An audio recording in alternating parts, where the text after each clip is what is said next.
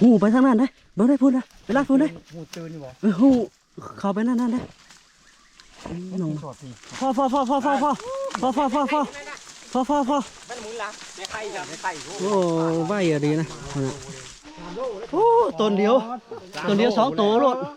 ปลาโถนี่โอ้ตัวนี้น้อยตัวนี้ ตัวนี้น้อยตัวแม่มันตัวใหญ่3 โลพุ่นแหละตัวน่ะ ปลาโถ พวกเดียวได้2 โตว กบเดียว2ตัวมาแล้วโอ้ยของแท้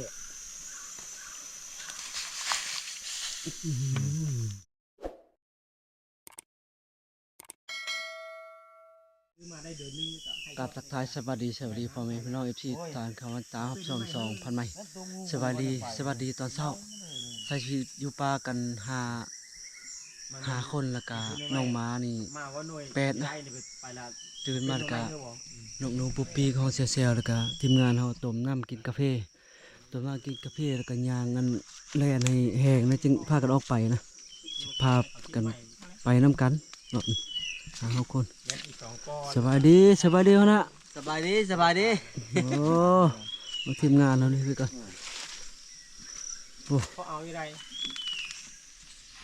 โอ้สบายดีน้องหมาเป็นจังไรกะเกียมเอาเล่นอ่ะต้มน้ำกาแฟจะได้เขานะกะว่ามานบ่มื้อนี้นะมานเนาะพันดีจนบ่อยากลุกผู้แรกผู้สาว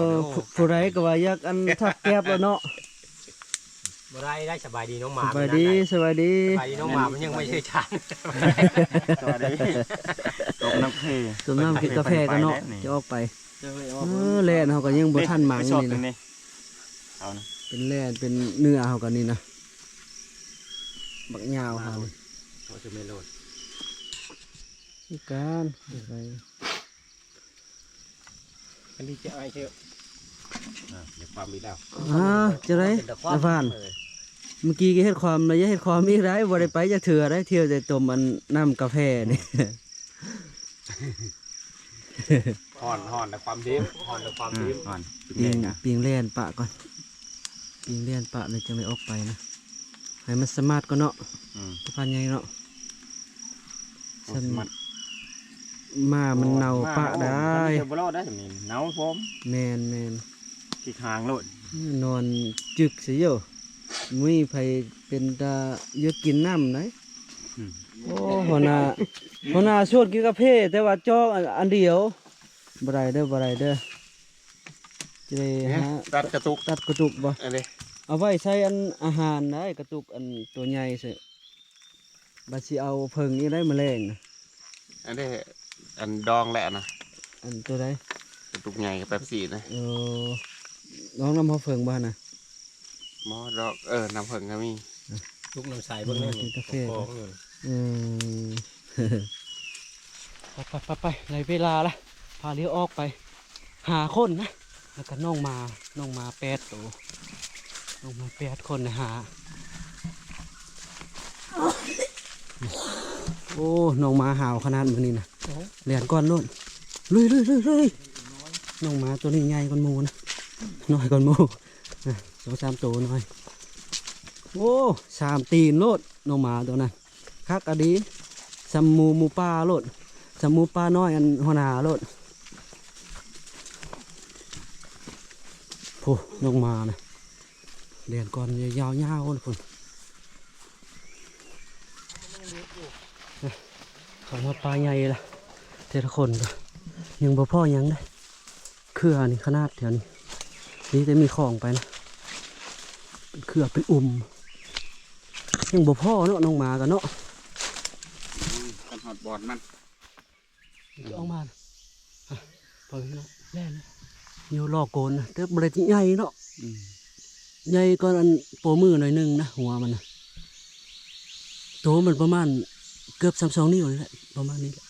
โตใหญ่กว่าหัวรอโกนพุ่นโกนกระสูงอะไรนะ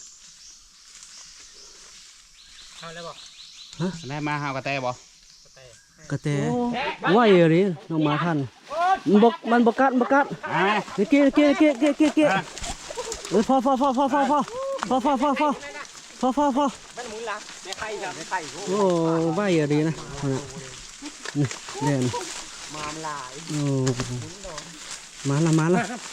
มาละมาละมาละน้องมาทำงานนะเลยเรียนในใครตัวนึงประมาณเป็ดเก่ากำเป็ดเก่าขีดไปต่อไปน้องมาไปมันแห้งไปลุยเอาต่อตัวไหมตัวนี้เอาข่าวทงก่อนเด้อพูดทีมงานก็พากันไปต่อแล้วนะโอ้ต้นเดียว2ตัวรถปลาโถนี่โอ้ ตัวนี้น้อยตัวนี้ ตัวนี้น้อยตัวแม่มันตัวใหญ่ 3 โลพอแล้วสินะ ปลาโถ พวกเดียวได้2โต กบเดียว2ตัวมาน่ะดิลงมาเห็น แห้ง โอ้ 3โลไปผู้ประจักษ์นี่ เฮ็ด ตัวผู้ตัวนั้นเนาะ ตัวผู้ตัวนี้ตัวแม่ไป มาเร็ว ตัวน้อยตัวนี้ตัวไม่ค่าย ตัวนี้ใหญ่อะดิตัวนี้เนาะ3โลสมพอบ่อยากลงทำอีกนี่เข้าคักอะไร เข้าโหมันตัวแมลงกลางๆขึ้น บ่ได้ยิ่งคอมันได้ทำอีกนะอีกตัวนี้ก็โอ้กกเดียว2โลดอยู่เป็นคู่โลดคักแล้วโอ้มาบอดสมงพ่อแม่พี่น้องจัดไป3 แต้มนะว้าถึงน้องมายอมรับอะไรเดี๋ยวนี้รถต่อยน้องไปต่อทีมงานไปต่อนะบางนึงน้องหมาเฮาอยู่แถวนี้เลยจะขึ้นต้นไหนเฮาพี่เอา2 ตัวอยู่พุ่นนะน้องหมาก็เลยนำไปนะเดี๋ยวมันขึ้นต้นไม้แล้วมันบ่เฝ้านะ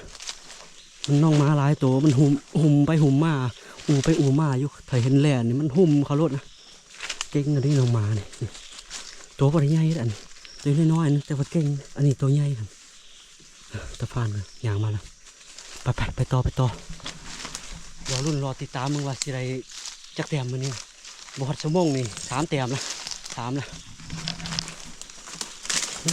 บอนหมูปลาแมบนี่นะแต่ละรูผลงามผลพุ่นโอ้ชื่อไว้ก่อนแมบนี่ปีนี้มันต้องมาแมบอีกมึงเข้ามาหามันไปทางนั้นได้บ่ได้พูดนะไปลาดพูดได้ หูตื่นอยู่บ่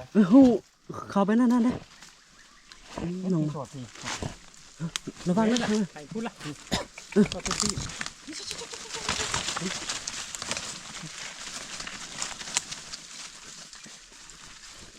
น้องมาขอดหู ไม่เนี่ยกอดเถอะ เราพูดบ่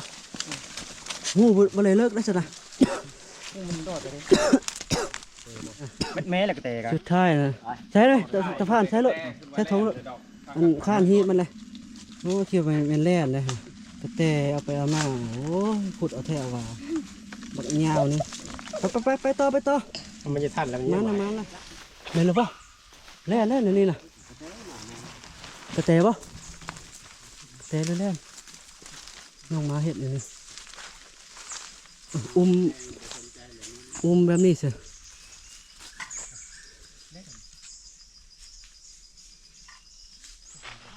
ปลาใหญ่แถวนี้แต่บัวพ่อไปตาพ่อเนาะปลาแบบนี้เนาะท่านยังบัวพ่อน่าแลนนะตาพ่อขนาดปลาแล้วก็หวยนะหวยน้ำกับปลาจะน้อยพ่อแน่นอนนะปลาแบบนี้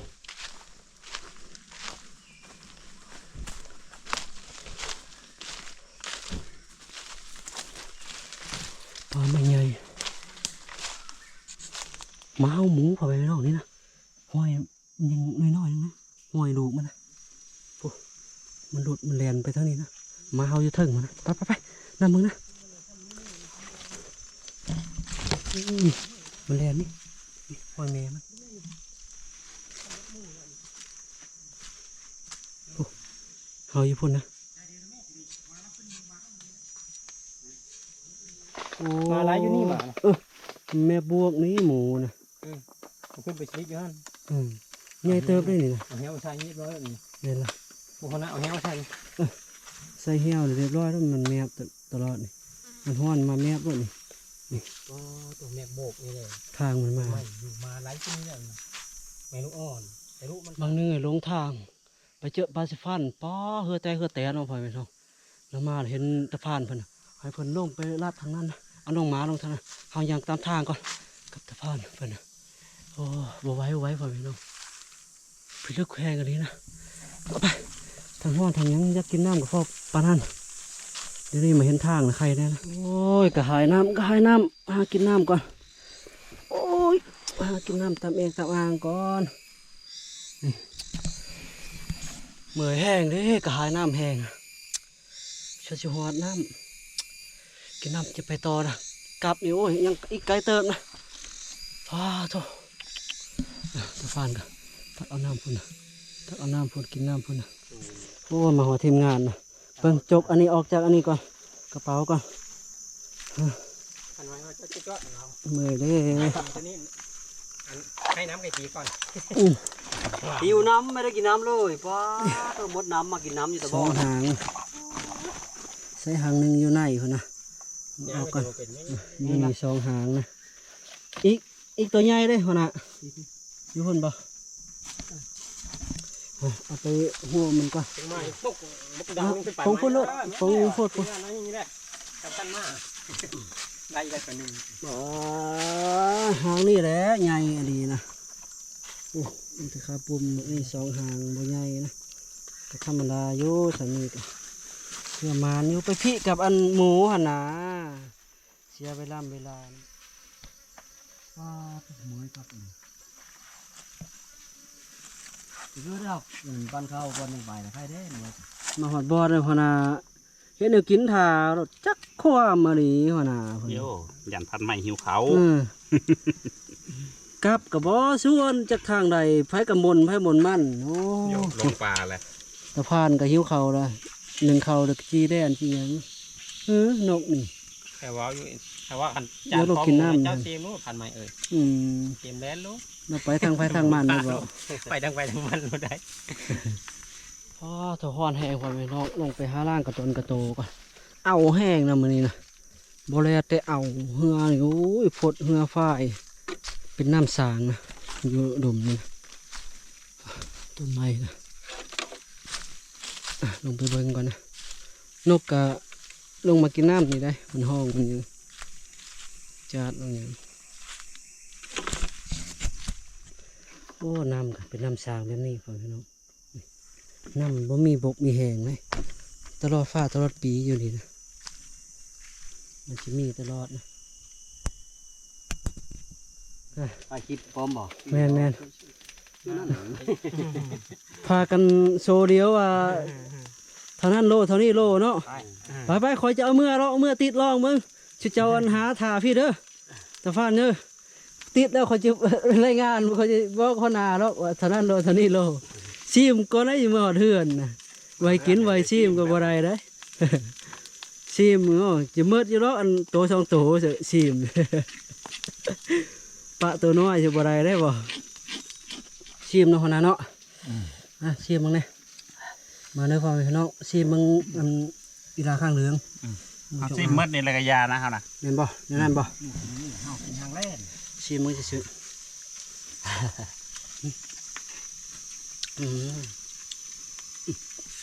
ซีมก็ยังแซ่บเนาะ บางท่าถึงบางท่าเวลากินอาจจะแซ่บ สะพานเพิ่นกินตางเลย โอ้ตัวนั้นบ่จานเอามาน้องไปโป้ยโป้เฮ้อันนั้นเลยปีก็ไปนี่ จะไรนั่นน่ะสำเร็จ สำเร็จ ปอโถเป็นยังมันนั่นเนี่ยไข่มันไข่มันของแท้ของแท้เด้นี่นะ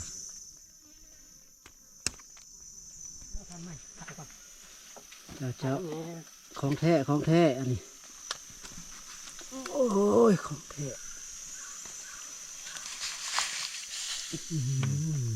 ดีเลย เต็มหม้อแล้วเนาะ เออ จะหน่อยมันสุกโอเคแล้วนี่นะของดีไม่ปีกอันนี้นะยอมรับเลยนะปีกนึงในไส้อะไรบักหลายเลยบ้านแทนเลย ลงไปลงเลย พอเขาล่นเลยได้บ้านเสร็จแล้วก็โอเคเลยนะ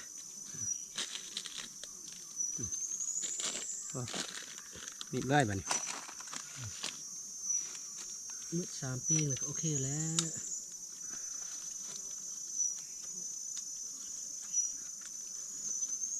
นี่อะไรตัวสดๆเด้เนาะจากตัวจากใดเนาะ สุดท้ายมันบ่ได้ตัวสดนะมีแต่จากนอกจากมันขึ้นไม้ต่ำแล้วไปคล้องเอาได้กันแบบนี้น่ะเดี๋ยวตัวเป็นอย่างเดียวแหละตัวตายอย่างเดียวแหละ นี่เนาะคิดฮอดพ่อแม่อยู่เวียงหุ่นล้อก แห้งพักไปให้เฮ้ยเนี่ย เด้ไม่นะ ใช่ ไม่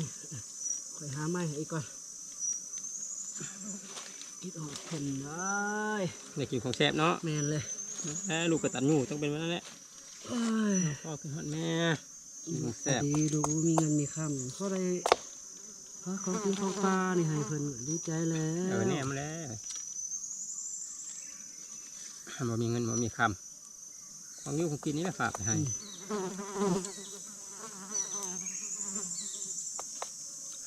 ใครบ่อยากมีเงินมีคำบ่สะพาน ดิ้นรนคู่มือก็หาเงินหาครับนี่แหละ บ่ได้เนาะบ่คือหมูไปคือหมูแต่บ่คือหมู เฮาชั่วบ่หรือจังได นิกกี้เฮ็ดมาลูก ตัวนี้ผมบอกว่า ใส่รถใส่รถ ฮะ ใส่รถ บ่เบิดบ่ของเจ้ามันบ่เบิดได้ ก็จะเฮ็ดอันนั้นไหมพอแล้วซั่นน่ะ เนาะ ก็จะเฮ็ดอีกไม่ปีงนึง นี่ ก็จะปีงตัวนี้นี่ ถ้าบีก็ตัวนี้นะถ้าบีนะถ้าเคย มาปีงอันนี้ก็ซั่น เห็นแล้วว่าหัวบีตัวนั้นนะ ที่มีเห็นเลย อยู่แถวนั้นละหาแถวนั้นอยู่นั่นละ โอ้มันแม่นอันมันหายไปตับกับอันนี้เดี๋ยวไป โอ้ทิศโอ้เด เออ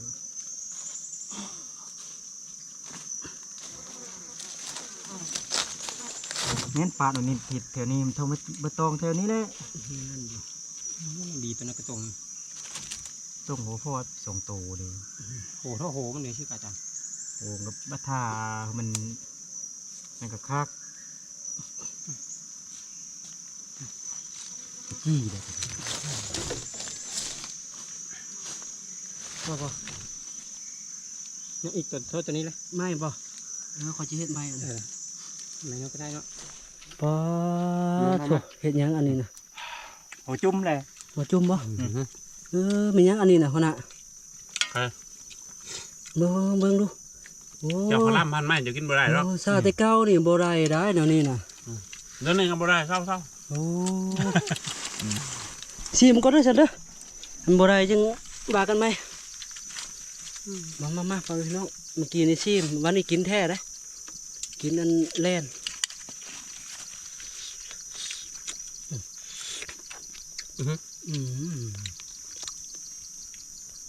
ใครมัน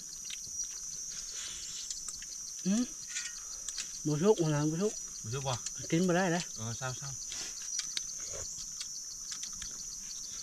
ไหลว่าแกงเลยป่ะแซ่บเลยเธอหน้าให้จานแกงอีกเนี่ยแกงตัวผู้ก็มีแต่ไข่โอ้เธอหน้าเยอะแค่แกงเลย ครับนี่เขาเราไปต่อเนาะหัวหน้าเนาะ ก็ไปต่อมันนกคักไร อยู่ต่อเนาะ โอ้ปลาทางนี้ คักปลาเต้นปลาท่า เวลาบุทาคนนะหัวหน้าเนาะกินตะพันใหญ่ได้มื้อนี้นะ พักเล่นคำแล้วใส่มัน ต้องคนมีโลด ปิงแร่เนาะ4ปิง5ปิงกับปิงหัวท่าวีคักละแต่ละคนก็กินข้าวกินน้ำแล้วก็พากันพักผ่อนนะ จานจะห้าวอยู่ พั มั้ ก ง ไงเพิ่น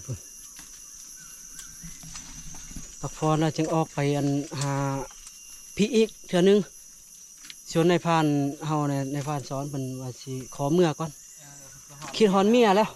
คืนเดียวเท่านั้นพ่อแม่พี่น้อง ถ้ารับทำคืนนี้ ฮันแหละคนคนมีความหักคนมีเมียงามเนี่ยนี่แหละไปป่าหน่อยเดียวก็คิดฮอดพ่อแม่พี่น้องเลยขอขอบใจพ่อแม่พี่น้อง FC ที่เข้ามาตามรับชมแต่ตอนจบไปก่อนทุกคนบ๊ายบาย